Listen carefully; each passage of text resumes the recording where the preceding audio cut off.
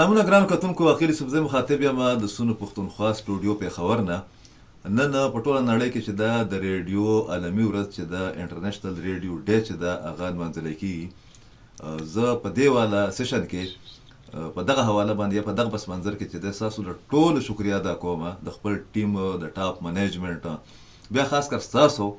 کوم چې مونږ اورئ، کوم چې مونږ ګوري، کوم چې خپل کمنټس مونږ ته راکوي، خپل تاثرات زموږ سره چې دی هغه شیر کوي، چې ستاسو په تعاون سره، ستاسو په مینې سره، ستاسو په اعتبار سره سونو پښتونخوا چې دی هغه په دې ټایم کې مونږ بلا شبه بلا مبالغه دا دعوه کولی شو ډېر فخر سره چې دا کم از کم د پښتون ریجن چې دی د ټولو نه غټ ریډیو نیټورک دی. بیا چې کله مونږ مخاطب کېږو نو دا کمې مسلې چې کمې دي، کمې لانجې چې دي، کمې ستونزې چې دي، کم ډیولپمنټ چې روان دی، په هغې باندې هم خبره چې دا هغه لازمي ګڼم. اهم ایونټ په اسلام آباد کې روان دی د بیګانه د ترکي صدر چې دی هغه د یو ډېر های لیول ډیلیګیشن سره چې دی هغه پاکستان ته راغلی دی، په ډېر سپیشل ټریټمنټ کې چې دی هغه ته پروټوکول ورکړی شو. دا دې اندازه تاسو دې نه ولګوئ چې کله هغه د پاکستان په حدودو کې د هغه جهاز رادننه شو نو زمونږ 2 سکواډس چې کوم دي د ایرفورس هغې ورته پروټوکول ورکړو. مطلب هغه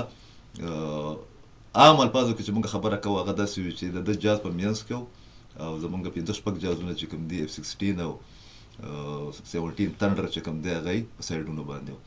بیا هغه چې نن کومې خبرې کړي دي، کوم ډیلیګیشن د هغې چې کوم نوعیت دی، دا ډېر غټ ډیولپمنټ دی، خاص کر د ترکي چې کومه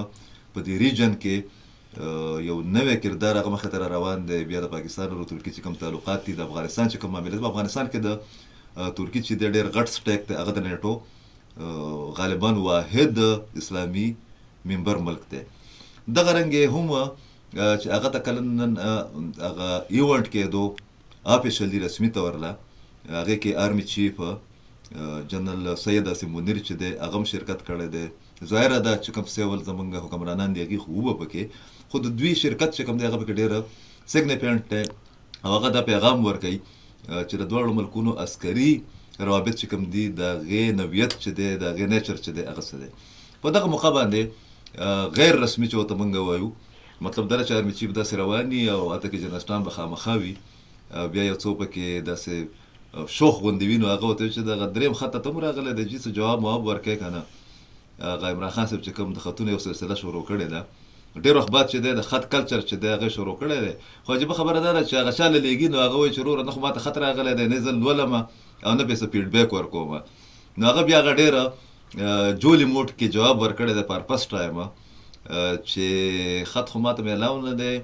زما پکې دلچسپي نشته. کوم چې مخکې د اس پي آر یو موقف راغلی و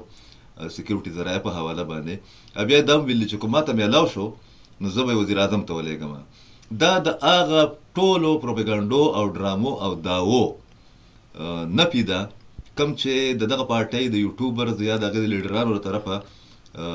یو بیانیه چې د هغه اسټبلش کېږي چې د اسټبلشمنټ ملټري اسټبلشمنټ په لیول باندې د عمران خان صاحب سره چې دی مذاکرات روان دي، هغه بالکل چې دی هغه مونږ چې پښتو کې خبره کوو که نه په زیرو کې یو ضرب ورکړی دی او دا اول ځل نه دی، د درېیم خط سره هم دغه پوزیشن دی. حقیقت هم دا دی چې د پاکستان د ملټري اسټبلشمنټ واضحه پالیسي دا له ټول باخبرو خلکو ته پته ده، خو هغې چې دي هسې د ریټنګ دپاره چې دی غلط بیانۍ راکارلي چې هغه د عمران خان صاحب سره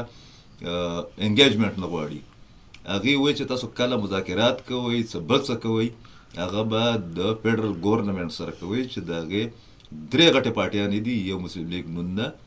بل چې کوم دی هغه پیپل پارټي ده، درېیم چې دی MQM دی. او د دغه پارټو په منځ کې خبره بیا ځکه نشي کېدی چې هغې وایي چې دا د جعلي حکومت دی، اگر چې دغه جعلي حکومت سره هغې مذاکرات کړي، ډېر غټ کنفیوژن دی پکې. بنیادي خبره چې د هغه هم دغه ده چې هغه وایي چې نه مې خط کې دلچسپي شته، نه راته را رسېدلی دی او نه یې ګورم، او که راته میلاو شو نو زه به یې ډایرکټ چې دی وزیر اعظم صاحب ته ولېږم. نو دا هغه د فرسټریشن هغه اظهار چې PTI کوي دا د هغې یو جواب دی.